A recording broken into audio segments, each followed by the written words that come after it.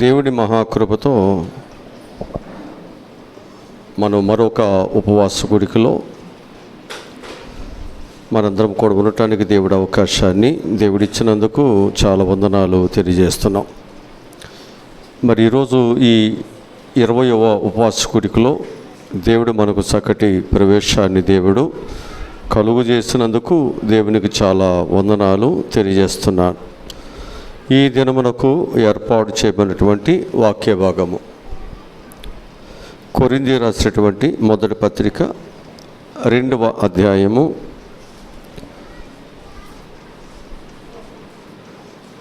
10వ వాక్యముల నుండి 11వ వాక్యములో ఉన్నటువంటి మాటలను మనం జ్ఞాపం చేసుకుందాం.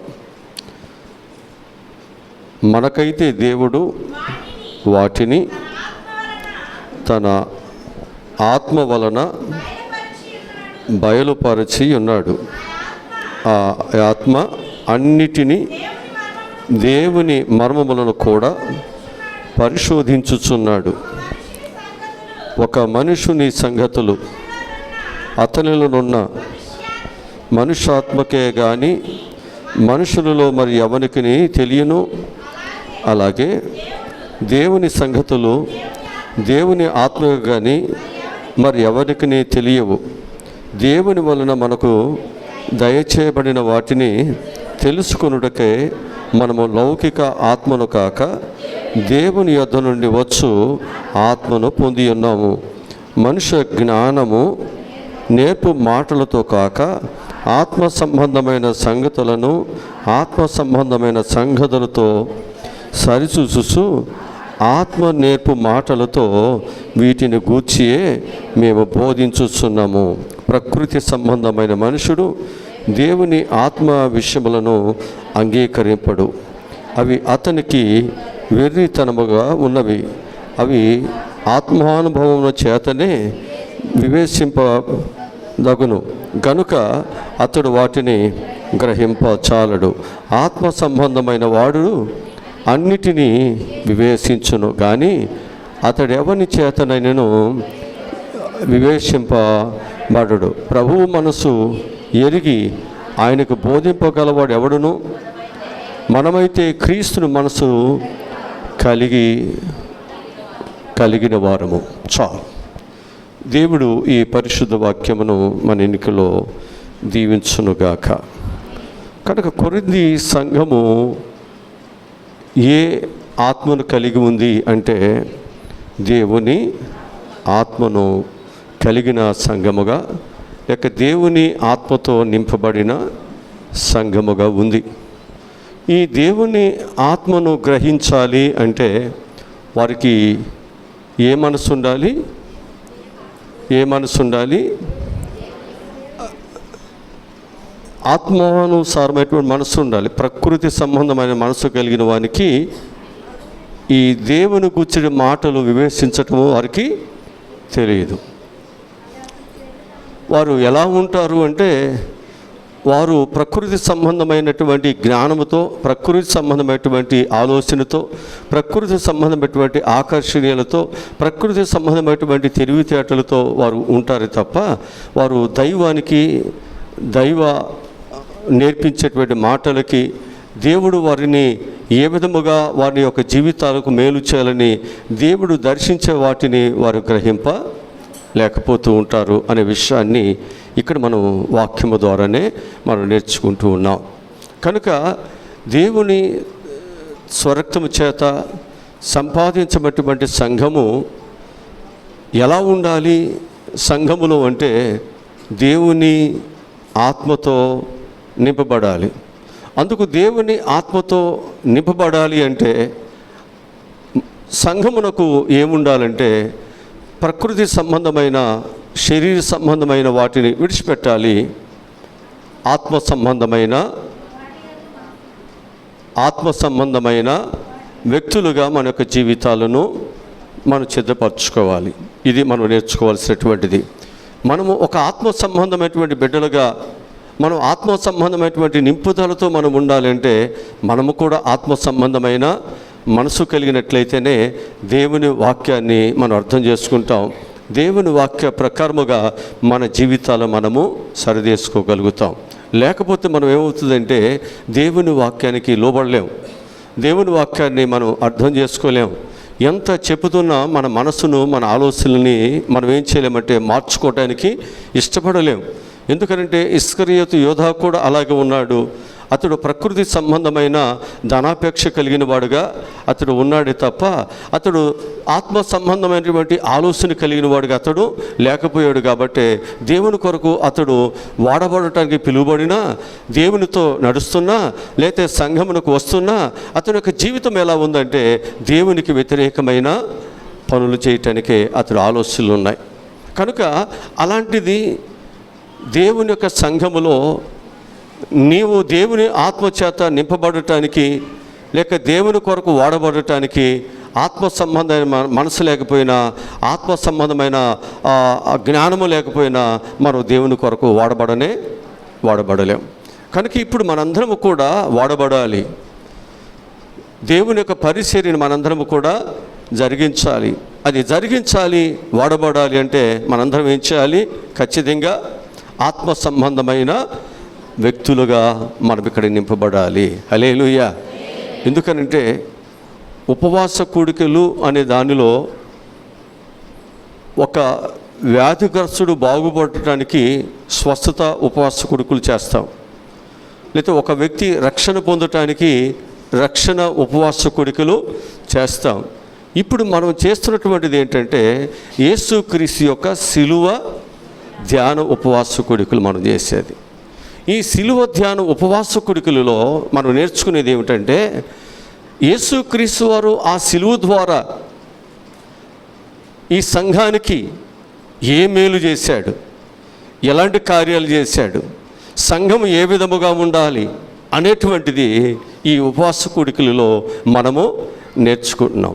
ఉపవాస కూడిక అంటే అన్నీ ఒకే విధాలుగా మనకు జీవితాలు ఆలోచిస్తే నీవు దైవజ్ఞానం లేనటువంటి వ్యక్తివి.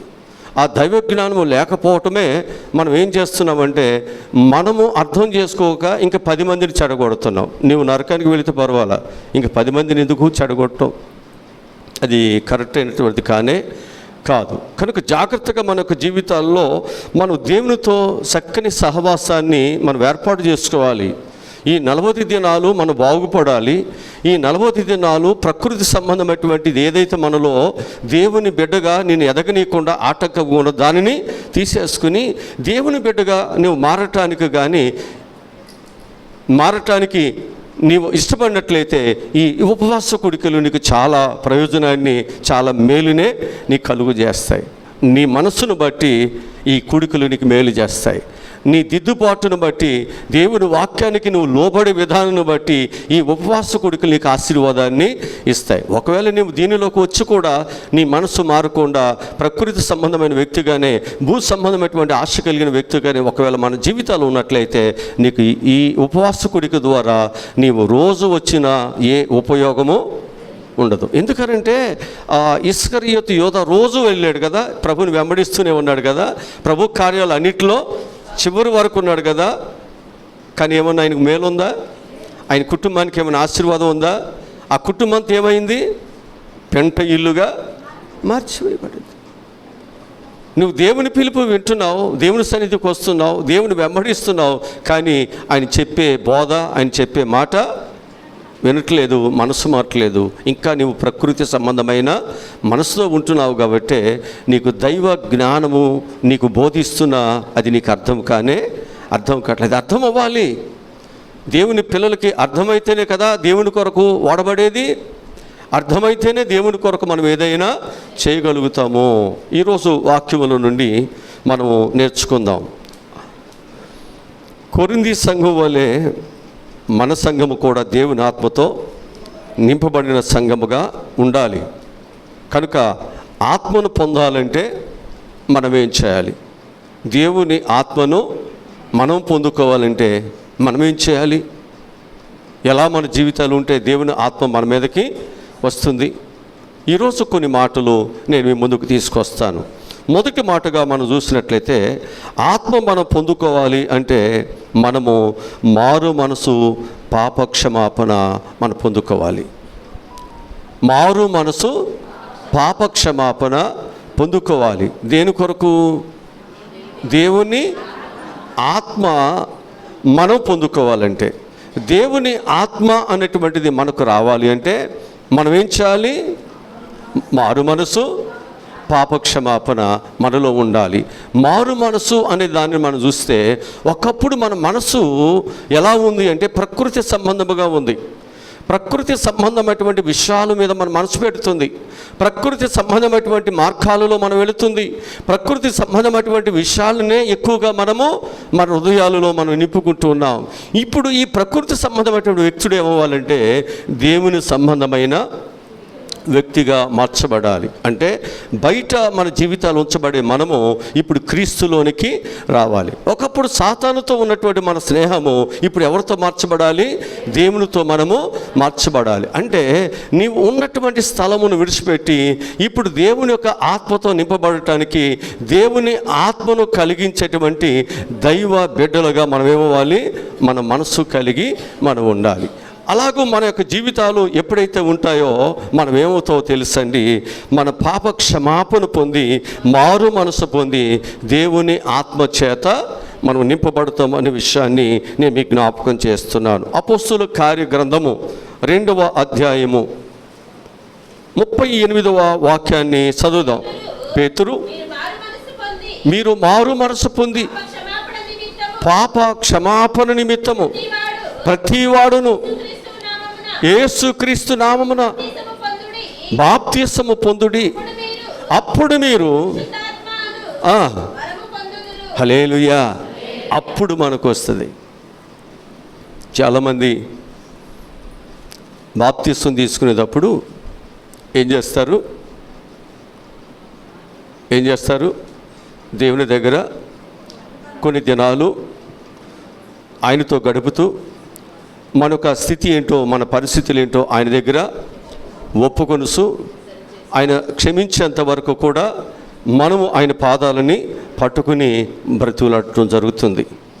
ఆ తరువాత మనం ఏం చేస్తున్నాం అనేది మనం చూస్తే బాప్తిసాన్ని తీసుకుంటున్నాం.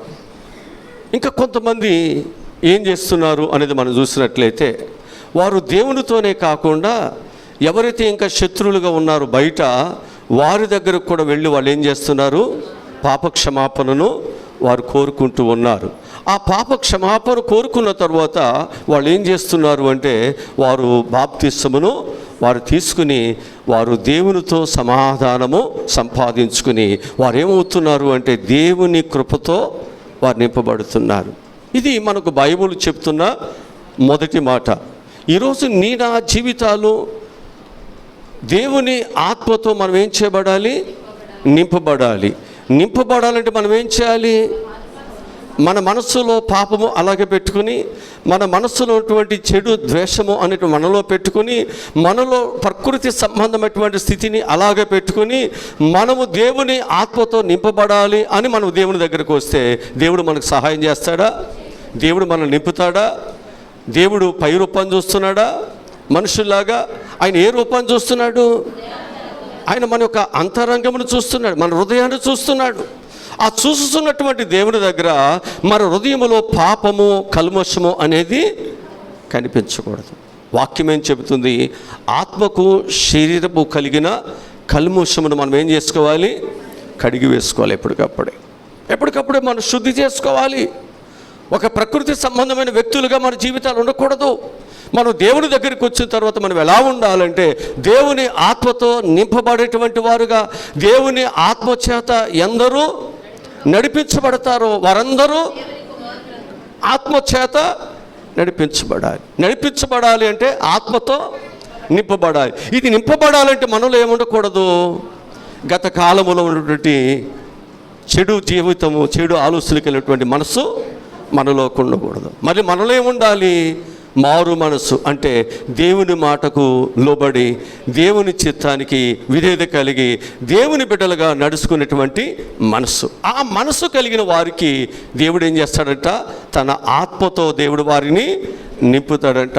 ఆ ఆత్మతో నింపబడినటువంటి వారు ఏం చేస్తారంటే దేవుని కొరకు వారు నడవగలుగుతారు, దేవుని కొరకు వారు త్యాగాలు చేయగలుగుతారు. వారు దేవుని కొరకు ఎన్ని బాధలైనా ఎన్ని కష్టాలైనా వారు గురి దేవుని వైపే ఉంటుంది. వారు వెనుకకు తిరగనే వారు తిరగరు. అది ఆ మారు మనసులో దేవుని ఆత్మతో నింపబడినటువంటి ఆ గొప్ప ఆ శక్తి, ఆ బలము ఆ విధంగా దొరుకుతుంది. అందుకే దేవుడు సంఘము ఎలా ఉండాలి అంటే దేవుని ఆత్మతో నింపబడి ఉండాలి. ఈ దేవుని ఆత్మతో నింపబడితేనే నీవు దేవుని బిడ్డగా విధేయత కలిగి వినయము కలిగి దేవుడు మనలను ఒకవేళ కష్టాలలో నడిపిస్తున్నా, ఇబ్బందులలో నడిపిస్తున్నా, ఒకవేళ నీ జీవితంలో ఇబ్బంది కొలిమిలో నిన్ను పడవేస్తున్నా నువ్వేం చేస్తావో తెలుసా?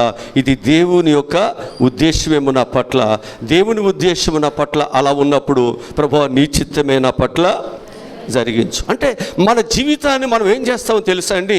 ఈ జీవించువాడును నా కొరకు కాదు, నేను క్రీస్తు కొరకే జీవిస్తాను అంటే ఇక నేను నా కొరకు కాదు, నా స్వార్థము కొరకు కాదు, నేను దేవుని కొరకు బ్రతుకుతాను. నేను దేవుని కొరకు ఒకవేళ నేను శ్రమపడుతూ బాధపడుతూ కూడా నేను దేవుని చిత్తాన్ని నెరవేరుస్తాను. అది మారు మనసులో ఆత్మపూర్వులుగా దేవుని కొరకు ఆలోచించేది, నడిచేటువంటి మొదటి మాట. అందుకే కొరింథీ సంఘము ఆ విధంగా ఉంది కనుక దేవుడు చెబుతున్నాడు మనము కూడా ఆత్మపూర్వులుగా ఉండాలి. ఈ ఆత్మను మనం సంపాదించుకోవాలంటే మనం ఏం చేయాలని చెప్పుకున్నాం అనమాట. ఆత్మను పొందాలంటే మనం ఏం చేయాలి? మారు మనసును పాపక్షమాపణ పొందాలి. ఇప్పుడు ఉదాహరణకు మనం చూస్తే దావీదు కీర్తనలో 51వ కీర్తనలో 2-3 వచ్చిన చదవండి. నా దోషము పోవునట్లు నన్ను బాగుగా కడుము, నా పాపము పోవునట్లు నన్ను పవిత్రపరచుము, నా అతిక్రమములు నాకు తెలిసే ఉన్నవి, నా పాపము ఎల్లప్పుడు నా ఎదుట చెప్పబడింది. అక్కడ తెలుసా మనం చేసే తప్పులు అంటే నువ్వు మాట్లాడేటువంటిది, నువ్వు చేసేటువంటి పనులు, నువ్వు చేసేటువంటి అన్నీ నీకు అది దేవునికి విరోధంగా చేస్తున్నావా లేకపోతే నీవు ఒకవేళ దేవునికి అనుకూలంగా చేస్తున్నావా అనేటువంటి తెలియదా? తెలుసు. ఆ 11 వచనంలోకి వచ్చి చదవండి. నీ సన్నిధిలో నుండి నన్ను త్రోసివేయకుము, నీ పరిశుద్ధాత్మను నా యొద్ద నుండి. హల్లెలూయా. ఇప్పుడు దేవుని యొక్క ఆత్మను ఏం చేయొద్దు అంటున్నాడు? ఎందుకని తీసివేయొద్దని బతిలాడుతున్నాడు?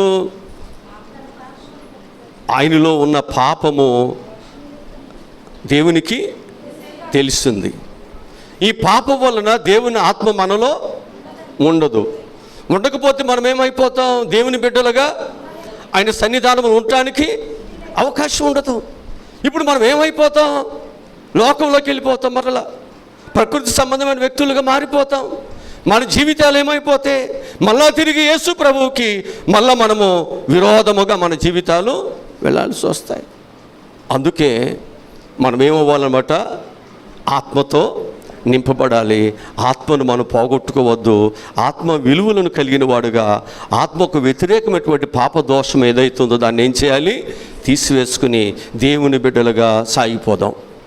ఈ సిలువ సందేశాలు, ఈ సిలువ ధ్యాన ఉపవాస కూడికలలో మనం నేర్చుకోవాల్సినటువంటి పాఠాలు ఏంటి అంటే మనం ఆత్మతో నింపబడాలి.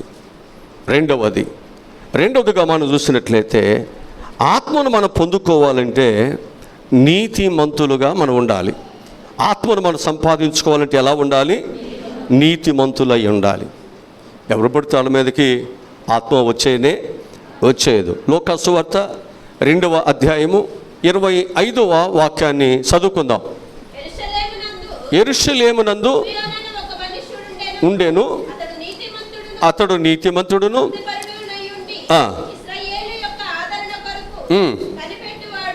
అది ఇతడేమై ఉన్నాడు? నీతిమంతుడై ఉన్నాడు, భక్తిపరుడై ఉన్నాడు,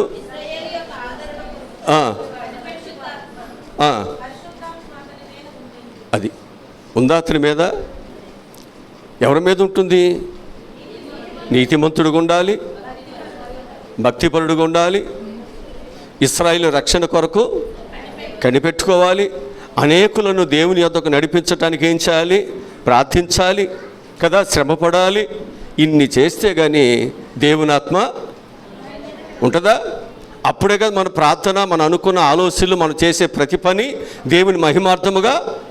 మరి మనం మారాలిగా ముందు అసలు. మరి దేవుని కొరకు మనం ఏదన్నా చేయాలన్నా ముందు ఎవరు మారాలి?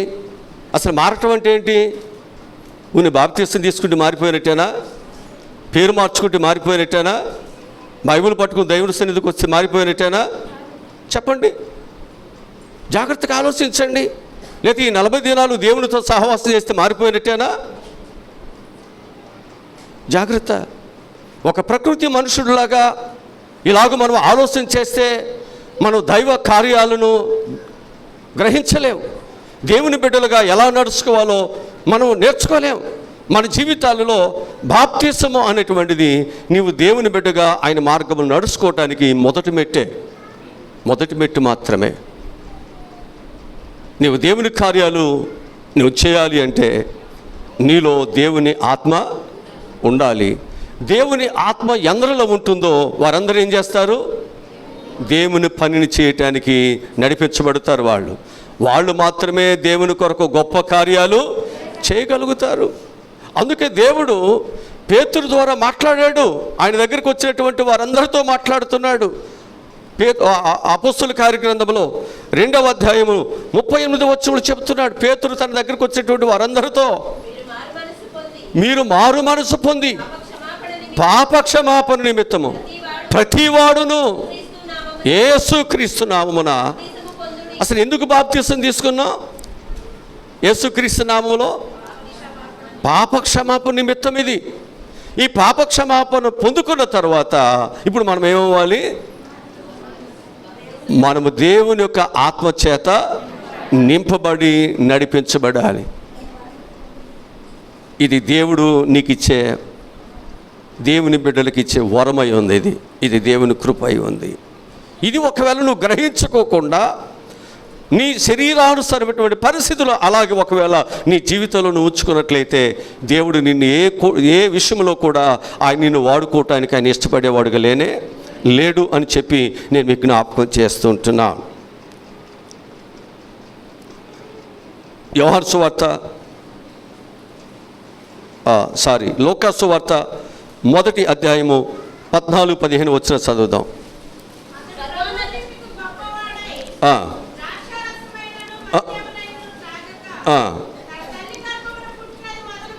మొదలుకొని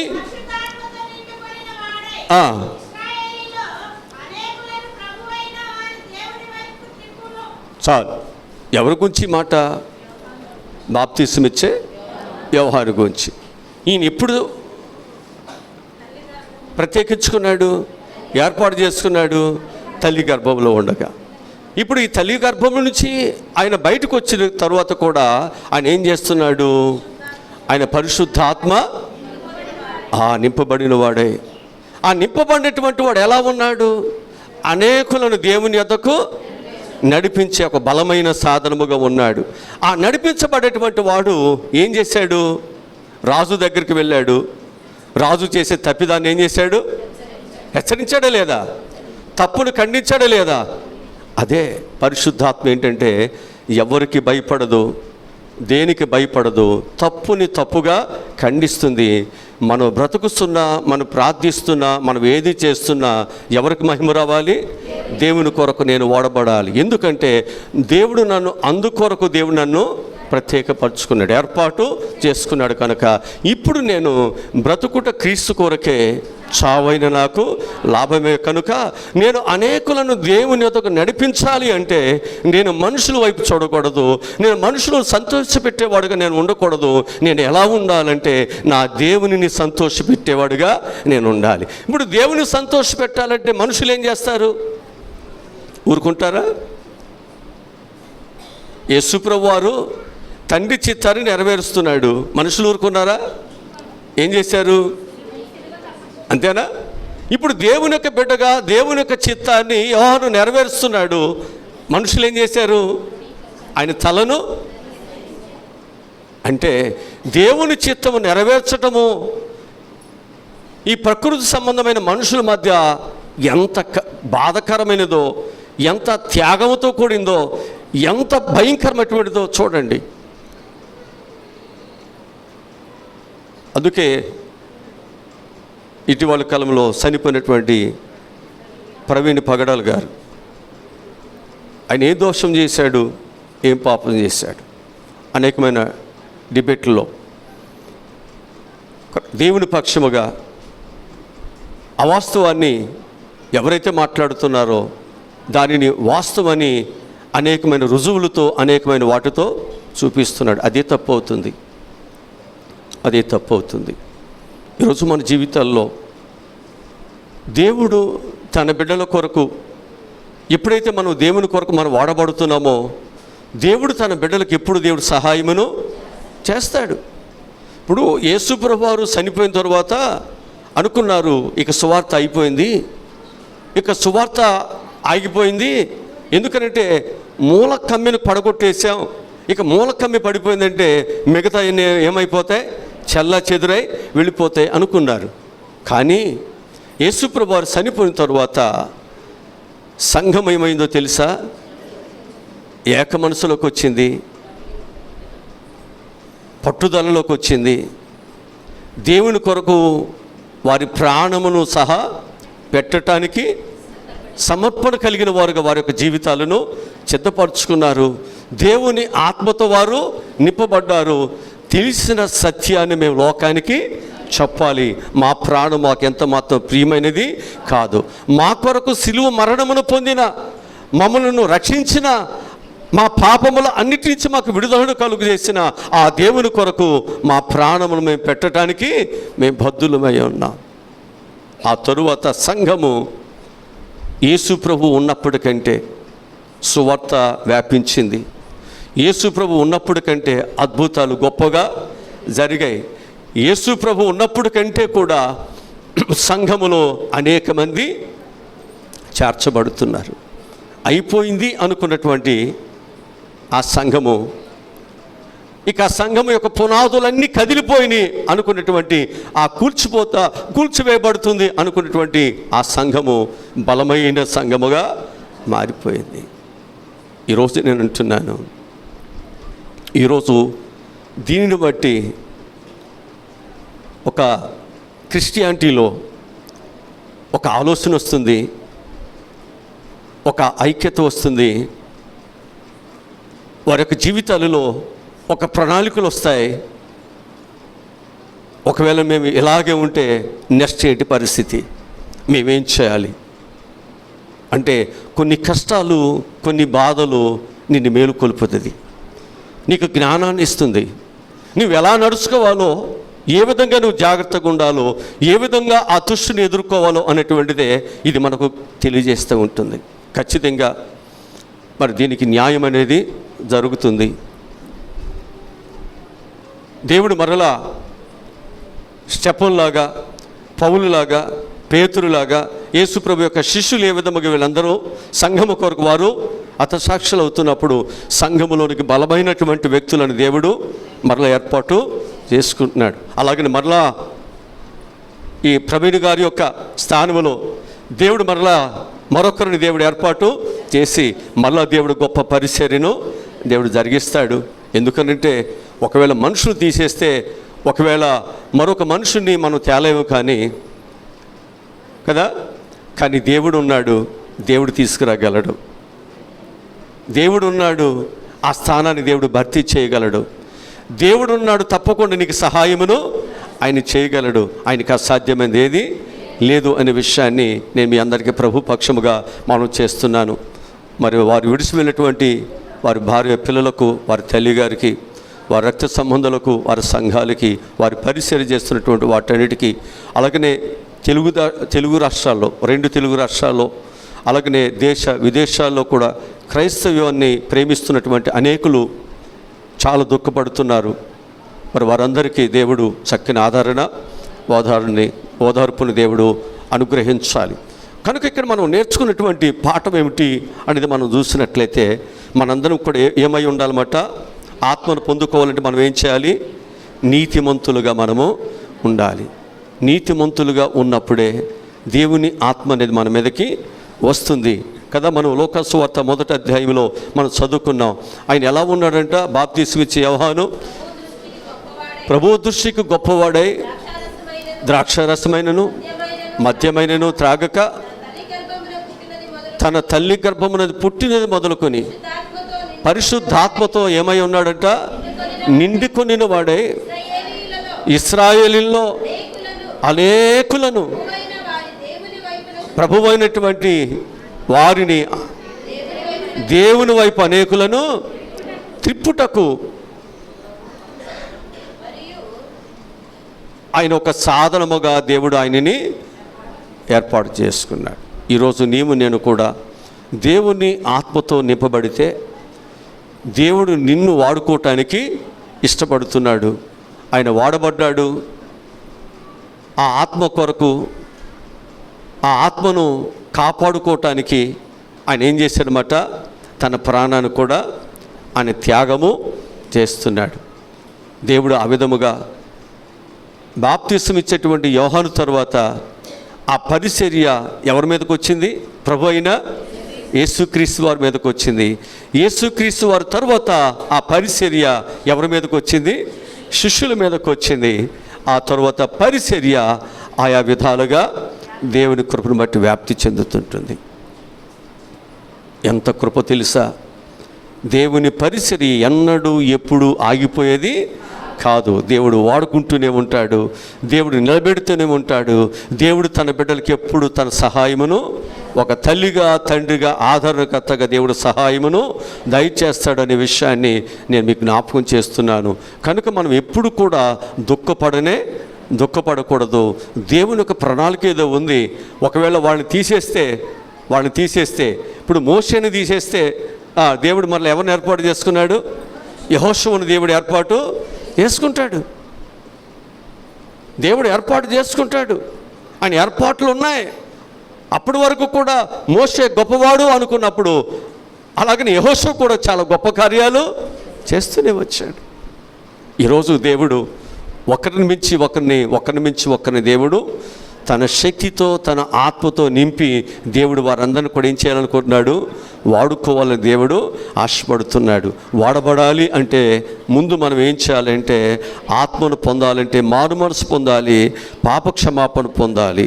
రెండవది మనము ఆత్మను పొందాలంటే నీతిమంతులుగా మనము ఉంచబడాలి. ఆ నీతిమంతులుగా ఉన్నప్పుడు దేవుని ఆత్మ నీ మీద ఉంచబడి దేవుని కొరకు సత్యముతోనూ లేకపోతే యథార్థతతోనూ మంచిగా మనం బ్రతకటానికి ఆశ ఉంటుంది.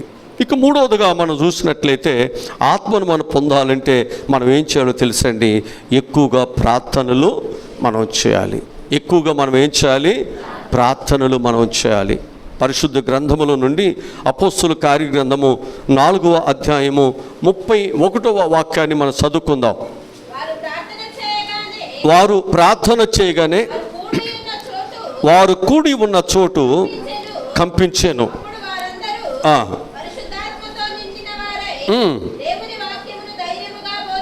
హల్లెలూయా. ఇప్పుడు మనం జ్ఞాపకం చేసుకున్నట్లయితే వారు ప్రార్థన చేస్తున్నప్పుడు దేవుని ఆత్మ వారి మీదకి వచ్చింది. దేవుని ఆత్మ వారి మీదకి వచ్చిన తర్వాత వారికి ఏమొచ్చింది? అప్పటి వరకు వారు ఎలా ఉన్నారు? పిరికివారుగా ఉన్నారు, భయపడేవారుగా ఉన్నారు. దేవుని ఆత్మ ఎప్పుడైతే వారిలోకి వచ్చిందో ఇప్పుడు వారు ఎలా ఉన్నారు? చాలా ధైర్యముగా వారు దేవుని కొరకు నిలబడుతున్నారు. ఈరోజు దేవుని ఆత్మ నేనేం చేస్తుంది? ధైర్యపరిచి దేవుని కొరకు వాడబడేవానిగా నిలబెడుతుంది. ఎందుకనంటే పిరికి ఆత్మ దేవుని కార్యాలను చూడలేదు, దేవుని కార్యాలను చేయలేదు. పరలోక రాజ్యములో కూడా ఇలాంటి ఆత్మ కలిగిన వారు ప్రవేశించలేరు. జాగ్రత్త. పిరికివారుగా నీవు ఉన్నప్పుడు నువ్వు దేవుని కొరకు వాడబడలేవు. ఎందుకనంటే మన దేవుడు ఎన్ని శ్రమలైనా ఎన్ని బాధలైనా ఆయన ఎక్కడో పిరికివాడుగా పారిపోలేదు. ధైర్యముగా ఆయన ఎదుర్కొన్నాడు, ధైర్యముగా నిలబడ్డాడు. ప్రతి సమస్యను కూడా అక్కడ సవాలుగా ఆయన చేస్తూ వచ్చాడు. ఈరోజు నీవు నేను కూడా దేవుని యొక్క పిల్లలుగా మనము కూడా వాడబడాలి అంటే, లేకపోతే దేవుని ఆత్మతో మనం నింపబడాలి అంటే, ధైర్యంగా మనం ఉండాలంటే ప్రార్థన చాలా అవసరమై ఉంది. అందుకే ప్రతి ఒక్కరు కూడా నీవు దేవుని ఆత్మను పొందుకుని ధైర్యముగా దేవుని కొరకు మనం వాడబడాలంటే ఖచ్చితంగా మనలో ఏముండాలి? సంఘమునకు ఏముండాలి? ప్రార్థన చాలా అవసరమై ఉంది అని చెప్పి మీకు జ్ఞాపకం చేస్తున్నాను. అపోస్తలుల కార్యగ్రంథములోనే 8వ అధ్యాయము 14-15 వచనాలు చదువుదాం.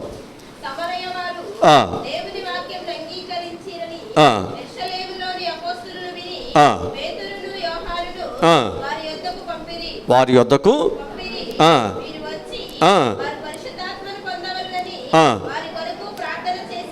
హల్లెలూయా. వాళ్ళు ఏ విషయాన్ని వారు విన్నారట?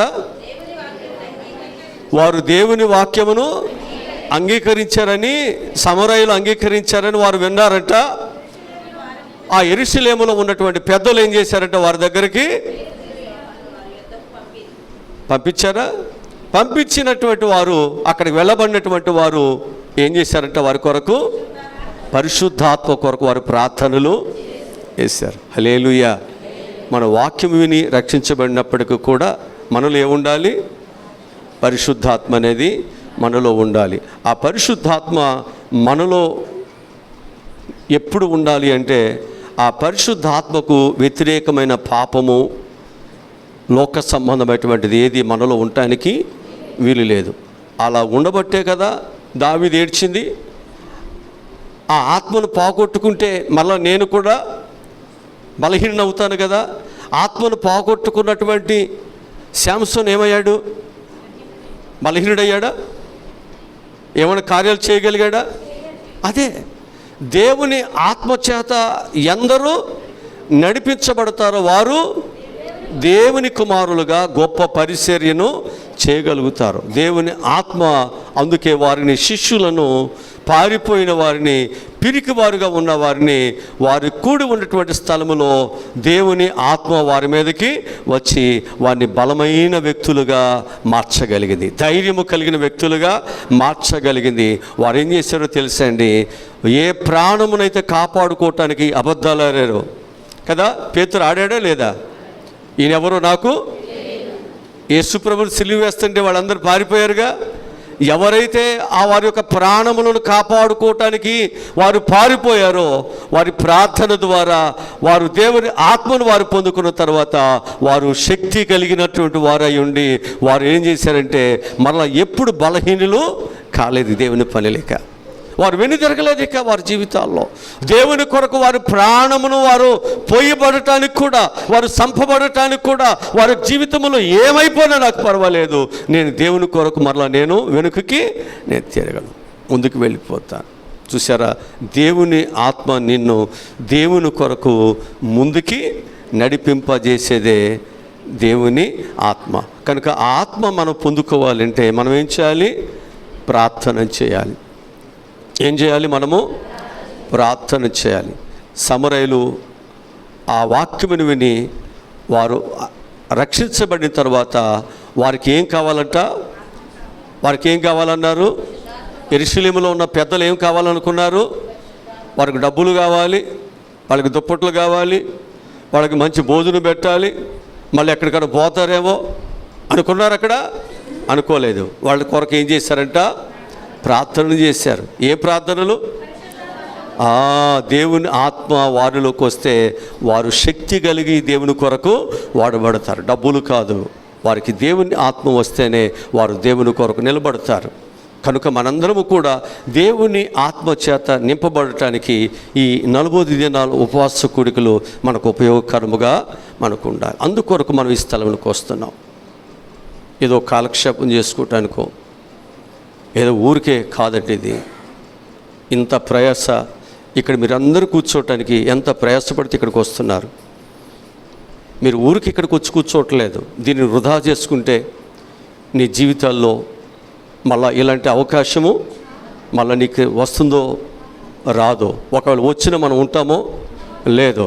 ఒకవేళ ఉన్నా మనం దేవుని కొరకు ఉపయోగకరంగా ఉంటామో, ప్రకృతి సంబంధమైన బిడ్డలుగా దేవుని శత్రులుగా ఉంటామో ఏమో ఎవరికి తెలుసు. కనుక ఉన్న సమయాన్ని మనం ఏం చేయాలి? జాగ్రత్తగా సద్వినియోగము చేసుకోవాలి. ఇది చేసుకోవాలంటే మనం ఏం చేయాలి? దేవుని యందు భక్తి కలిగి ఉందాం, ప్రార్థన చేద్దాం, ప్రకృతి సంబంధమైన విషయాలను విడిచిపెడదాం. ఆత్మ సంబంధమైన బిడ్డలుగా మనము దేవుని కొరకు ఉపయోగకరముగా మనందరం కూడా జీవించుదాం. ఇక మనము నాలుగోదిగా మనం చూసినట్లయితే దేవుని యొక్క ఆత్మను మనం పొందుకోవాలి అంటే ఆత్మ కొరకు మనం ఏం చేయాలో తెలుసండి? కనిపెట్టుకోవాలి. ఆత్మను మనం పొందుకోవాలంటే మనం ఏం చేయాలి? కనిపెట్టాలి. అపోస్తలుల కార్యగ్రంథంలో 1వ అధ్యాయం 4 వచ్చి మనం చదివితే అక్కడ చక్కటి విషయం మనకు అర్థమవుతుంది. కలుసుకొని వెళ్ళక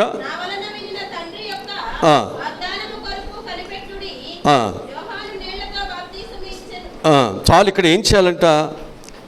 కనిపెట్టుకోవాలని చెప్తున్నారు. అక్కడ కనిపెట్టుకోవాలా? దేవుని పిల్లలు అనేటువంటి వాళ్ళు ఖచ్చితంగా దేవుని యొక్క ఆశీర్వాదములో నీకు రావాలి. దేవుడు నీకు ఏదైతే ఇస్తానన్నాడో దాన్ని మనం పొందుకోవాలి. ప్రభు ఏమన్నాడు? నేను వెళ్ళి మీకు పంపిస్తానన్నాడా? మరి మనకు కావాలంటే మనం ఏం చేయాలి? కనిపెట్టాలిగా. ఇప్పుడు అబ్రహాముకు దేవుడు ఏమన్నాడు? సంతానం ఇస్తానన్నాడు. ఏం చేయాలి? కనిపెట్టాలిగా. దేవుడు నిన్ను బాగు చేస్తానన్నాడు, లేకపోతే నిన్ను వాడుకుంటానన్నాడు, లేకపోతే నీ ద్వారా దేవుడు ఒక గొప్ప కార్యాలని జరిగించుకుంటానన్నాడు.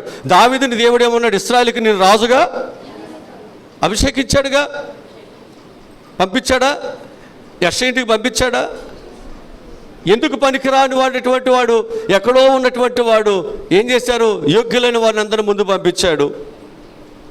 ఇక ఇంట్లో ఎవరు లేరన్నారు, ఒక కొడుకున్నాడు. కానీ వారి దృష్టిలో ఏంటన్నమాట? అతడు ఎందుకు పనికిరాని వాడు. ఇంకెవరైనా ఉండాలంటే ఉండాలని గొర్రెలు కాపాడు ఒకడు ఉన్నాడు, లాస్ట్ వాడు మా దగ్గరే ఎందుకు పనికిరాడు, వాడు ఇక రాజ్యానికి ఏం ఉపయోగపడతాడు? లేదా అతను కూడా పిలిపించండి అన్నారు. అతను వచ్చేటప్పుడు దేవుని ఆత్మ ఏమంటుంది? నేను కోరుకునే మనుషుడు ఇతడే. ఇతను ఏం చేయాలి? దేవుడు కోరుకునేటట్లుగా ఆయనలో ఎత్తు లేదు, ఏమీ లేదు. కానీ ఆయనలో ఏముంది అంటే దేవునికి భయపడేది, దేవుని కొరకు నిలబడేది, దేవుని కొరకు పౌరుషంగా ఉండేటువంటి ఆ ఆత్మ ఆయనలో ఉంది. అది దేవుడు వాడుకుంటున్నాడు అలాంటి వాళ్ళని. దేవుని కొరకు నిలబడే వాళ్ళని వాడుకుంటాడు. నువ్వు దేవుని కొరకు నిలబడుకోకుండా, దేవుని కొరకు ఏమి చేయకోకుండా దేవుడు ఎలా వాడుకుంటాడు? అందుకే ఇక్కడ మనం జ్ఞాపకం చేసుకున్నట్లయితే ఇక్కడ ఎంత స్పష్టంగా దేవుని వాక్యము మనకు బోధిస్తుంది అనేది మనం చూసినట్లయితే, దేవుడు మనలను వాడుకోవాలంటే మనం ఏం చేయాలంట? కనిపెట్టుకోవాలి. ఆయన ఏదైతే నీకు ఇస్తానన్నాడో అది నీకు దొరికేంత వరకు, అది నువ్వు పొందుకునేంత వరకు కూడా మనం ఏం చేయాలంట? కనిపెట్టుకుని మనం ఎప్పుడు కూడా దేవుని దగ్గర ఉండాలి. శిష్యులు అలాగే ఏం చేశారు? కనిపెట్టుకుని ఉన్నారు. ఎక్కడున్నారు వాళ్ళు? కనిపెట్టుకుని ఎక్కడున్నారు వాళ్ళు? దేవుడు ఎక్కడైతే ఉండమన్నాడో ఆ మేడగదిలోనే వారు ఉన్నారు. హల్లెలూయా. ఎక్కడ ఉండమన్నారో, ఎక్కడికి దేవుడు వస్తానన్నాడో వాళ్ళు అక్కడే ఉండాలి. ఎక్కడ పడితే అక్కడ, ఎట్లా పడితే అట్లా, మనం ఏది పడితే అది చేస్తే, ఎక్కడ పడితే అక్కడ ఉంటే దేవుని ఆత్మ దొరికేటువంటిది కానే కాదు. దేవుడు ఎక్కడ ఉండమంటే అక్కడ మనం ఉంటే దేవుడు అంత బలముగా దేవుడు నిన్ను వాడుకుంటాడు అనే విషయాన్ని నేను మీకు జ్ఞాపకం చేస్తున్నాను. కనుక దేవుని ఆత్మ మనం పొందుకోవాలంటే మనం ఏం చేయాలన్నమాట? కనిపెట్టుకునేటువంటి క్రైస్తవులుగా, విశ్వాసత కలిగిన వారుగా, దేవుని మీద నమ్మకము కలిగిన వారుగా మనము ఉండాలి. ఐదవదిగా మనం చూసినట్లయితే మనం ఆత్మను మనం పొందుకోవాలి అంటే మనం ఏం చేయాలో తెలుసండి? దేవుని వాక్యాన్ని ఖచ్చితంగా వినాల్సిందే. మనం ఏం చేయాలి? దేవుని వాక్యాన్ని మనం వినాల్సిందే. అపోస్తలుల కార్యగ్రంథము 10వ అధ్యాయము 44వ వాక్యాన్ని మనం చదువుదాం.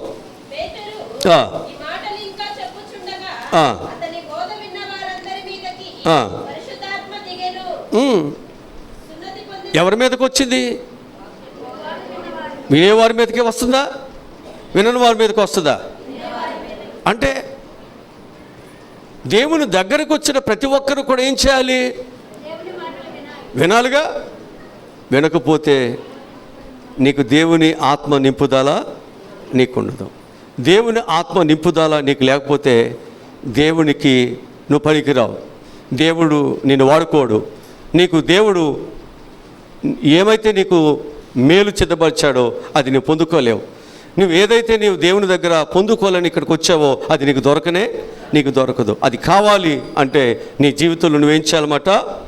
దేవుని వాక్యాన్ని వినాల్సిందే. ఖచ్చితంగా వినాలి. దేవుని వాక్యంను వినుస్తున్న వారి మీదకి ఏమొచ్చిందంట? పరిశుద్ధాత్మ వారి మీదకు వచ్చింది. ఈరోజు దేవుని వాక్యం వినుస్తున్న నీకు నాకు దేవుడు ఏమి ఇవ్వాలని ఆశపడి మాట్లాడుతున్నాడు? పరిశుద్ధ ఆత్మను దేవుడు మనకి ఇవ్వాలని ఆశపడుతూ ఉన్నాడు. అపొస్తలుల కార్యగ్రంథంలో 11వ అధ్యాయములో 15-16 వచ్చిన చదువుదాం.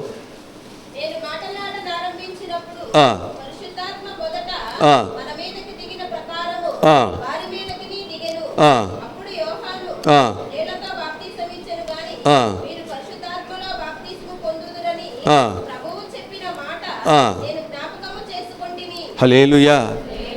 ఇప్పుడు దేవుడు ఏదైతే చెబుతున్నాడో అది మనం ఏం చేసుకోవాలి? జ్ఞాపకము చేసుకోవాలి. అంటే ఆయన మాట్లాడుతున్న ప్రతి మాట మనల్ని ఏం చేస్తుంది? జ్ఞాపకము చేసుకునేవానిగా చేస్తుంది. మనం ఏం చేసామో మన తప్పులేంటో మనకు అర్థమయ్యే విధానంలో మనకు బోధించేదే దేవుని వాక్యము. నువ్వు మర్చిపోతే నీకు జ్ఞాపకాన్ని తెచ్చేది దేవుని వాక్యము. అప్పుడు మనం ఏం చేస్తామంటే నిజమేనైనా నీకు విరోధముగా నేను పాపము చేశాను, అంతే కదా. అప్పుడే మనం పశ్చాత్తాపడతాం, అప్పుడే మనం ఒప్పుకుంటాం, అప్పుడే మన జీవితాల్లో మళ్ళా తిరిగి ఏదైతే మనకు విలువ లేదనుకున్నామో, ఏ తండ్రి అయితే విలువ లేదనుకున్నామో, ఏ గృహం అయితే విలువ లేదనుకున్నామో, ఆ ఇంటి నుంచి మనం వేరైపోవటానికి వెళ్ళిపోయామో, ఇప్పుడు తిరిగి ఆ ఇంటికి వెళ్ళటానికి ఇష్టపడతాం, ఆ ఇంట్లో ఉండటానికి ఇష్టపడతాం. ఇప్పుడు ఆ ఇంట్లో మనం ఎలా ఉంటామంటే అక్కడ ఒక కుమారుడుగా కాదు, కానీ కుమారుడు ఏం చేస్తాడు? పెత్తనం చేస్తాడు. కుమారుడు ఏం చేస్తాడు? దౌర్జన్యం చేస్తాడు. కుమారుడు చేస్తాడు నాది హక్కు అంటాడు, అంతే కదా. అది కూలివాడైతే కుమారులాగా దర్జాగా కూర్చుంటాడా? కుమారులాగా దౌర్జన్యం చేస్తాడా? కుమారులాగా ఎదురు మాట్లాడతాడా? ఇప్పుడు ఆయన బుద్ధి వచ్చిన తర్వాత ఇప్పుడు ఎలా వెళ్ళాడు ఆ ఇంటికి? హల్లెలూయా. ఈరోజు నీవు నేను కూడా ఒకప్పుడు ప్రకృతి సంబంధమైనటువంటి మన జీవితాలు తిరుగుబాటు చేశాం, సిలువుకు అప్పగించాం, మన పాపాలు ఆయనకి శాపముగా మారినట్లు మనం ప్రవర్తించాం. ఇప్పుడు మనకు బుద్ధి వచ్చిన తర్వాత ఇప్పుడు ఆయన బిడ్డలుగా ఆయనకు మహిమను, ఆయనకు ఘనతను తీసుకొచ్చేవారుగా మనం అన్నిటిలో కూడా మనం ఏం చేయాలి? కూలివానిగా మన దేవునిని దగ్గర పనిచేయాలి. ఆయనకి ఇష్టమైనటువంటి వారిగా ఆయన తోటలో మన పనిని మనం చేయాలి. ఆయనకి ఘనత తీసుకురావాలి, ఆయనకి మహిమను తీసుకురావాలి. అలాంటి చక్కని పరిసరను మనం చేస్తున్నప్పుడు తండ్రి ఏం చేస్తాడో తెలుసండి? నీవు నాకు కూలివాడు కాదు నాయనా, నీవు నాకు కుమారుడివే. ఎప్పుడైతే మనం ప్రకృతి సంబంధమైన విషయాలు విడిచిపెట్టి ఆత్మ సంబంధమైనటువంటి విధేయతలోనికి, వినయములోనికి మనం వస్తున్నామో దేవుడు నీకు ఇవ్వాల్సిన స్థానాన్ని, గౌరవాన్ని దేవునికి ఇచ్చేస్తాడు. దేవుడు త్రోసేయడు, నేను ఎప్పుడు తక్కువ చేయడు. ముందు దేవుని కొరకు పని చేయటానికి, ముందు దేవుని కొరకు వాడబడటానికి మనం దేవునికి సరెండర్ అవ్వండి. ఆ తరువాత దేవుడిని నేను ఎక్కడ వాడుకోవాలో, ఏ స్థానంలో పెట్టాలో సంఘంలో, ఆ స్థానంలో నేను ఖచ్చితంగా దేవుడు పెడతాడు. ముందు మనం వాడుకోవాలి. ఇక్కడ దేవునికి లోబడాలి, ప్రార్థన చేయాలి, దేవుని ఆత్మచేత నింపబడాలి, విరిగి నలిగిన మనసు కలిగి ఉండాలి, కనిపెట్టాలి. దేవుడు మనకి ఇచ్చేంత వరకు ఏం చేయాలి? కనిపెట్టాలి ప్రతి దానికి. ఇప్పుడు 10th క్లాస్ పాస్ అయిపోయాడు కదా, మా అబ్బాయికి కలెక్టర్ కావాలంటే అట్ట కనిపెట్టాలిగా, అంతేనా? మా అమ్మాయి లేక నీళ్ళు పోసుకుంది, వచ్చే నెలలో నాకు మనవడు కావాల్సిందంటే అట్ట కనిపెట్టాలా? పొయ్యి మీద కూర లేకపోతే ఇది పెట్టాం, అది ఉడికేదాకా, అది ప్లేట్లు పెట్టుకు మన దాకా వచ్చేదాకా కనిపెట్టాలి కనిపెట్టాలండి. ప్రతిదానికి కనిపెట్టాలి. ఎవరైనా ఒక పంట వేశాడంటే ఆ పంట తిరిగి తన చేతికి వచ్చేదాకా ఏం చేస్తాడు? కనిపెడతాడు. కనిపెడతామంటే కళ్ళు అట్ట చేసుకున్నాడు చూడు, దాని కొరకు జాగ్రత్త పడతాడు, దాని కొరకు సేవ చేస్తాడు, దాని కొరకు రాత్రి పగలనుగా శ్రద్ధ వహిస్తాడు, దాని కొరకు చాలా ఖర్చు చేస్తాడు. ఇన్ని చేస్తే కానీ ఏమొస్తుంది? అంతేనా? ముందు ఎమ్మెల్యేగా నిలబడాలంటే ఏం చేస్తాడు? ఒక 5-6 సంవత్సరాల నుంచే ఎవడు దగ్గినా, ఎవరు ఏడిచినా, ఎవరు చచ్చిపోయినా, ఎవరి పుట్టినరోజులైనా వస్తారా రారా? నువ్వు పిలవవసరంలా వచ్చి కూర్చుంటారు. అంటే ఎప్పటి నుంచి? ముందు నుంచే. అంటే ఆయన ముందు నుంచే ప్రజలను ఏం చేస్తాడు? పని చేస్తూ, పని సంపాదించుకుంటూ, పరిసరాలు పెంచుకుంటూ ఏం చేస్తాడు? రేపొద్దుంటే లేకపోతే నువ్వెవరో నాకేం తెలుసు. అట్లాగే దేవుని దగ్గర అనేక ఆశీర్వాదాలు మనం కూడా పొందుకోవాలంటే ముందు నుంచే మనం జాగ్రత్తగా పనిచేస్తూ కనిపెట్టినప్పుడు దేవుడు ఖచ్చితంగా దేవుడు సహాయమును చేస్తాడు. ఇది మనం నేర్చుకోవాలి. పరలోకం కావాలన్నా, పరలోకంలో కిరీటాలు కావాలన్నా, పరలోకంలో దేవునితో ఆనందాన్ని సంతోషాన్ని అనుభవించాలన్నా ఇక్కడ మనం చాలా పరిచర్యను ఇక్కడ మనం చేయాలి. ఆ పరిచర్య కొన్నిసార్లు అగ్నిగుండంలో త్రోయబడినటువంటి వారిలాగా కాలిపోతూ ఉంటాం. అయినా నీవు ఏమవ్వాలి? కొలిమిలో కాల్చబడిన బంగారం వలె నువ్వేమవ్వాలన్నమాట?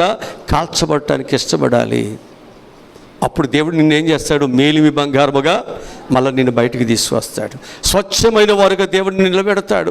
మళ్ళా నిన్ను ఒక ఘనమైన పాత్రగా ఈ స్థలములో దేవుడు నిన్ను నిలబెట్టుకుంటాడు. నిన్ను హెచ్చించే దేవుడు ఉన్నాడు, నిన్ను వాడుకునే దేవుడు ఉన్నాడు. ఆ దేవుని యందు మనసు కలిగి, ఇష్టత కలిగి ఆయన మనకు సహాయము చేసేంత వరకు కూడా మనం ఏం చేయాలి? మనం కనిపెట్టుకుని ఉండాలి. కనిపెట్టుకోకపోతే ఏమవుతుంది? దేవునికి కోపం అనేది వస్తుందా రాదా? దావీదుని ఇశ్రాయేలుకు రాజుగా చేయటానికి అభిషేకించబడినప్పటికీ ఆయన రాజుగా అవటానికి ఎంతకాలం పట్టింది? ఎన్ని శ్రమలు పొందాడు? ఎన్నిసార్లు తన సొంత మామ చంపటానికి చేశాడా? పిల్లనిచ్చి ఆయన రాజుగా ఉండటానికి దేవుడు అధికారం ఇచ్చిన, దేవుడు సెలవిచ్చిన, ఆయనకి అవకాశము దేవుడు ఇచ్చేంత వరకు, అంటే తన ముందు ఉన్నటువంటి తన మామగారు చనిపోయేంత వరకు, దేవుని కృప తనకు దొరికేంత వరకు ఏం చేశాడు? కనిపెట్టాడే లేదా? జాగ్రత్త. దేవుడు నీకు ఇస్తానన్నది దేవుడు ఇస్తాడు కాబట్టి ఆయన ఇచ్చేంత వరకు మనం ఏం చేయాలి? మనం కనిపెట్టినప్పుడు నీకు ఏదైతే దాచి ఉంచాడో, ఏదైతే నీకు ఇష్టాన్ని ఇష్టపడ్డాడో ఆయన ఖచ్చితంగా దేవుడు మనకు సహాయమును దయచేస్తాడని వాక్యము ద్వారా నీకు నేర్పిస్తూ ఉంటున్నా. సరే, 6వ విషయానికి మనం వెళ్ళిపోయినట్లయితే ఆత్మ మనం పొందుకోవాలంటే మనం దేవునికి విధేయులై మనం ఉండాలి. ఆత్మ మనం పొందుకోవాలంటే మనం ఏం చేయాలి? దేవునికి మనం విధేయులై ఉండాలి. అపోస్తలుల కార్యగ్రంథము 5వ అధ్యాయము 32 వాక్యం చదువుదాం. 5:32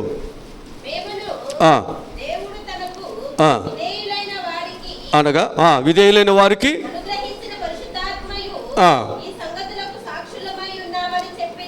ఎవరికి దేవుడు ఇచ్చాడు? విధేయులైన వారికేగా. ఆ విధేయులైన వారికి దేవుడు ఏమి ఇస్తున్నాడు?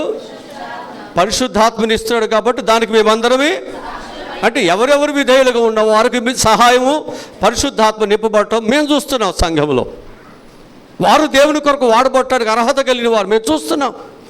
అందుకే సంఘములో దేవుడు ఎవరిని ఏర్పాటు చేసుకున్నాడంటే దేవుని ఆత్మతో నింపబడిన స్టెఫనును దేవుడు పరిచారకులుగా ఏర్పాటు చేసుకున్నారు. ఫిలిప్పుని దేవుడు పరిచారకులుగా ఏర్పాటు చేసుకున్నాడు. అక్కడ 7గురిని పరిచారకులుగా ఆయన ఏర్పాటు చేసుకున్నాడు. ఈ 7గురు ఏం చేయాలి అంటే దేవుని ఆత్మతో నింపబడాలి. ఈ నింపబడినటువంటి వారు ఏం చేయమట? సంఘ క్షేమము కొరకు వారు పరిచర్యాలి. వాళ్ళు పరిచర్య చేస్తూ వారు ఏమైపోరు తెలుసండి?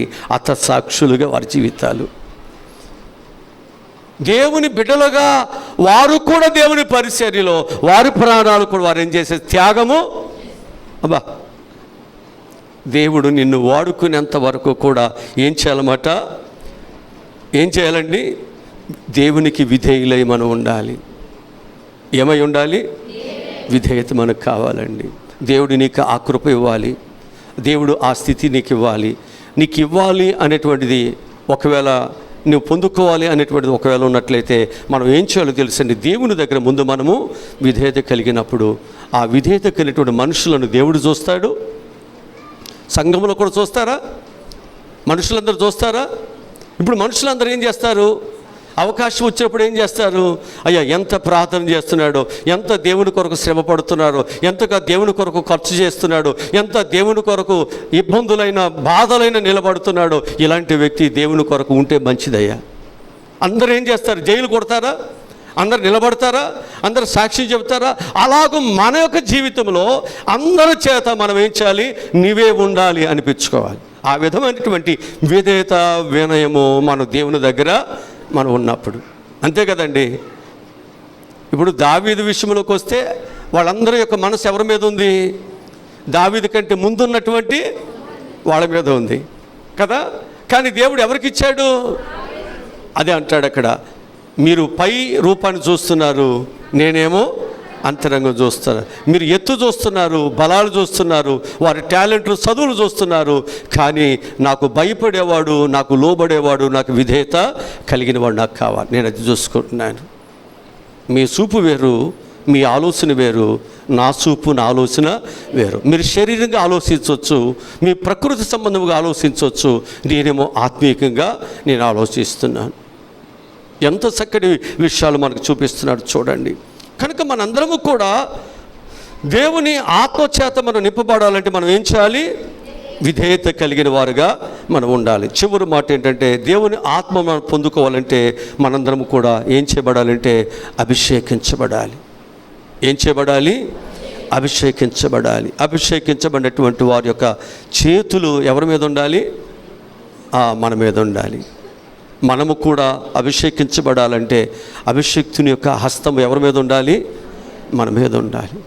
అంటే ఒక సేవకుడు నిన్ను దీవించేంత వరకు, నీకు ఒక అవకాశాన్ని కలిగించేంత వరకు నువ్వేం చేయాలి? నీవు విధేయత కలిగే నీవు ఉండాలి. వాక్యములను చూపిస్తాను. అపోస్తలుల కార్యగ్రంథము 8వ అధ్యాయము 17వ వాక్యం చదువుదాం. అప్పుడు పేతురును వారి మీద చేతులుంచగా వారు పరిశుద్ధాత్మను పొందిరి. అపోస్తలుల కార్యగ్రంథము 19వ అధ్యాయము 6వ వచనం చదువుదాం.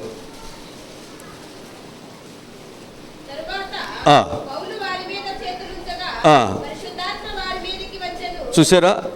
పరిశుద్ధాత్మ వారి మీదకి వచ్చాను అంటే పౌలు ఏమై ఉన్నాడు? అభిషక్తుడై ఉన్నాడు. చేతులు వేసి ప్రార్థించడానికి అవకాశమును దేవుని చేత పొందుకున్నవాడుకున్నాడు. అందుకే అతని చేత అనేకులు పరిశుద్ధాత్మను పొందుకోగలుగుతున్నారు. ఇంకొక మాట మీకు అర్థం అవుతా చెప్తాను. అపోస్తలుల కార్యగ్రంథము 9వ అధ్యాయము 17వ వాక్యం చదువుదాం. చివరి రిఫరెన్సే కదే.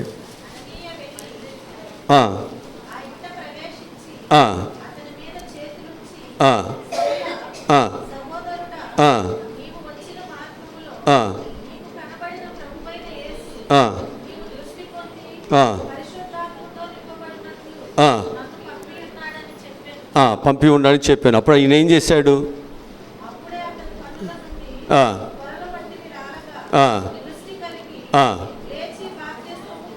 అంటే దమస్కా మార్గంలో సంఘాన్ని హింసించడానికి వెళుతున్నటువంటి అతనితో దేవుడు ఏం చేశాడు? మాట్లాడి ఆయన ఏమైపోయాడు? ఆయన కన్నులు ఉన్న పొరలను రాలిపోయి గుడ్డివాడయ్యాడు కదా. అలాంటి వ్యక్తిని ఏం చేశాడు? అననీయ దగ్గరికి, ఆ సంఘంలోనికి పంపించి, సేవకుడు ఏమన్నాడంటే, నేను ఒక వ్యక్తిని అక్కడ పంపిస్తున్నాను, నువ్వేం చేయాలి? ఆయనకి ప్రార్థన చేయాలి. ఎవరయ్యా వ్యక్తి అంటే సౌలు. సౌలా? ఇదేంటే సౌలుకు ప్రార్థన చేయటం ఏంటి? అసలు వాడు సంఘాన్ని హింసిస్తుంటే వారి కొరకు మేము ఎంతో ప్రార్థన చేస్తున్నాం కదా, మరి వాడి కొరకు మేము ప్రార్థన చేస్తున్నాం, మళ్ళీ వాడు బాగు చేయమని, వాడికి కనులేమని మళ్ళీ మీరు ఎలాగూ ఇస్తున్నారంటే, లేదు నువ్వు వారి కొరకు ప్రార్థన చేయండి అనగా, అప్పుడు ఈ అననీయ అనేటువంటి వ్యక్తి పౌలు తల మీద చేతులు వేసి ప్రార్థించినప్పుడు ఈ పౌలు కంట, సౌలు అనబడేటువంటి ఈ పౌలుకి దేవుడేమి ఇచ్చాడంట? కనులు ఇచ్చాడు, పరిశుద్ధాత్మ చేత ఆయనని నింపాడు. ఆ నింపబడిన తర్వాతే ఆయన సువార్త ప్రకటించాడు, సంఘాలు కట్టాడు, అనేకులు తలల మీద చేయి వేసి వారందరినీ ఆత్మపూర్ణులుగా చేయగలిగాడు. ఆత్మ వచ్చిన తర్వాతే ఎందరూ నా ఆత్మ చేత నడిపించబడతారో వారందరూ దేవుని కుమారులు, వారందరూ దేవుని కుమారులు. ఈరోజు నీవు నేను దేవుని పిల్లలుగా మనం మార్చబడాలి అంటే ఆ దేవుని కుమారులుగా మనల్ని దేవుని ఎదుట నిలబెట్టగలిగేది దేవుని ఆత్మ. ఈ దేవుని ఆత్మ మనం పొందుకోవాలంటే ఏమేం చేయాలని చెప్పుకున్న మనము ఏమేం చేయాలన్నమాట? మనము పాపక్షమాపణ పొందాలి, మారుమనసు పొందాలి, నీతిమంతులుగా మనం ఉండాలి, అలాగే మన ప్రార్థనలు మనం చేయాలి, ఆత్మ కొరకు కనిపెట్టుకోవాలి, మన బోధను విన్నప్పుడు దేవుడు మనకి ఏం కావాలో దేవుడు సహాయమును చేస్తాడు. ఆత్మను మనం పొందుకోవాలంటే దేవునికి విధేయులై మనం ఉండాలి. అలాగనే మనము దేవుని యొక్క ఆత్మ మనం పొందుకోవాలంటే మనము అభిషేకించబడిన వారుగా మనం ఉండాలి. అభిషేకించబడినటువంటి వారు ఏం చేయాలి? అభిషేక్తుని యొక్క హస్తము నీ మీదకి వచ్చేంత వరకు కూడా, నీ మీదకి దేవుని కృప వచ్చేంత వరకు కూడా ఏం చేయాలి? నీవు కనిపెట్టుకుని ఉండాలి. ఆ దేవుని హస్తము నిన్ను బలపరుస్తుంది. ఆయన హస్తము నిన్ను తిరుగులేని గొప్ప నాయకునిగా దేవుని కొరకు నిన్ను వాడుకుంటుంది. అందుకే ప్రతి ఒక్కరూ దేవుని వాక్యమును బట్టి జ్ఞానోదయం కలిగి దేవుడు నిన్ను ఏ విధంగా వాడుకోవాలనుకుంటున్నాడో, దేవుడు నిన్ను వాడుకునేంత వరకు కూడా మనం ఏం చేయాలండి? దేవుని దగ్గర విరిగి నలిగిన మనసు కలిగిన వారుగా మనందరం ఉందాం. అలాంటి కృప ఈ ఉపవాస కోరికల ద్వారా అట్టి మనసును దేవుడు మనకు దయచేయనుగాక. ఆమె తల వచ్చండి, చిన్న ప్రార్థన చేసుకుందాం. మా ప్రభువా రక్షకుడా, ఈరోజు చెప్పమన్నటువంటి ఈ విలువైన శ్రేష్టమైన మాటలు బట్టి నీకు చాలా వందనాలు తెలియజేస్తున్నాను ప్రభువా. అనేక మంది నీ ప్రజలు ఈ స్థలంలోకి వచ్చారయ్యా. వారందరికీ నీ సహాయములను దయచేయండి. ప్రతి ఒక్కరూ దైవ సన్నిధికి వచ్చిన వాళ్ళందరూ అయ్యా బాగుపడాలని, మంచివారుగా ఉండాలని, మంచి మార్గంలో మేము నడవాలని అందరికీ ఆశ ఉందయ్యా. కనుక కొన్నిసార్లు అపవాది మా జీవితాలనైనా మేము మంచి మార్గంలో నడవలేకుండా, మంచి మార్గంలో ఉండకుండా ఈ అపవాది అనేక భ్రమల చేత అనేక సార్లు మమ్మల్ని మోసం చేస్తూనైనా అపవాది మా జీవితాలను గలిబిలి చేస్తుంది. కనుక మేము అపవాదికి ఎక్కడ చోటు ఇవ్వకుండా మేము కనిపెట్టుకొని దేని కొరకైతే మేము ఉపవాసం ఉండి ఈ ఉపవాస కుడికలలో ప్రభు మేము ప్రార్థన చేస్తున్నాం, దానిని పొందుకోవటానికి నా మనసు, నా దృష్టి ఎప్పుడునైనా ఆ వాక్యం మీద, ఆ దేవుని మీద, ఆ దేవుని యొక్క కరుణ హస్తం మీదనైనా నేను ఎప్పుడు దృష్టి ఉంచినట్లు సహాయములను దయచేయమని చెప్పి కూడా ప్రార్థన చేస్తూ ఉంటున్నాను ప్రభు. అలాగనే ప్రభు మరి ప్రవీణ్ పగడాలు గారు విడిచినటువంటి వారి బిడ్డలకు, వారి కుటుంబానికి, వారికి కలిగినటువంటి నైనా పరిచర్య అంతటికినైనా నీవునైనా తోడుగా ఉండి మళ్ళా తిరిగి ప్రభువా గొప్ప పరిచర్యను గొప్పగా జరిగించడానికి వారి యొక్క కుటుంబంలోనైనా ఒక బలమైనటువంటి వ్యక్తులను ఏర్పాటు చేయండి, ఒక ఘనమైన వ్యక్తులను ఏర్పాటు చేయండి. మోషే తర్వాత యెహోషువని ఎలా ఏర్పాటు చేసుకున్నావు, అలాగూ నాయన నా బిడ్డలు మీరు ఏర్పాటు చేసుకుని ఆ కుటుంబానికి చక్కని ఆదరణను, ధైర్యాన్ని ఇవ్వండి. అలాగనే క్రైస్తవ సమాజానికి కూడా ప్రభువా నీవే సహాయములను దయచేయండి.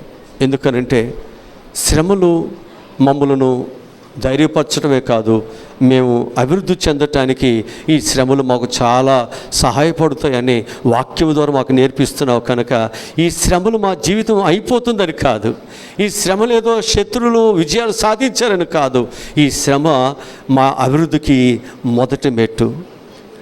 చెదరిపోయిన మమ్మలను సమకూర్చడానికి, నిర్లక్ష్యంగా ఉండేటట్టు మేమునైనా ఆసక్తి కలిగి ప్రతి విషయాన్ని జాగ్రత్తగా మేలుకొనటానికి, ఒక ఐక్యతలోకి రావటానికి, ఒక యూనిట్లోకి రావటానికి, ఒక సమస్య ఇది నాది, మా అందరిది ఇది అనేటువంటిది ప్రతి ఒక్కరు గ్రహించినట్లుగా, అందరూనైనా ఒక తాటి మీదకి వచ్చేటట్లుగా మీరే సహాయములను దయచేయమని.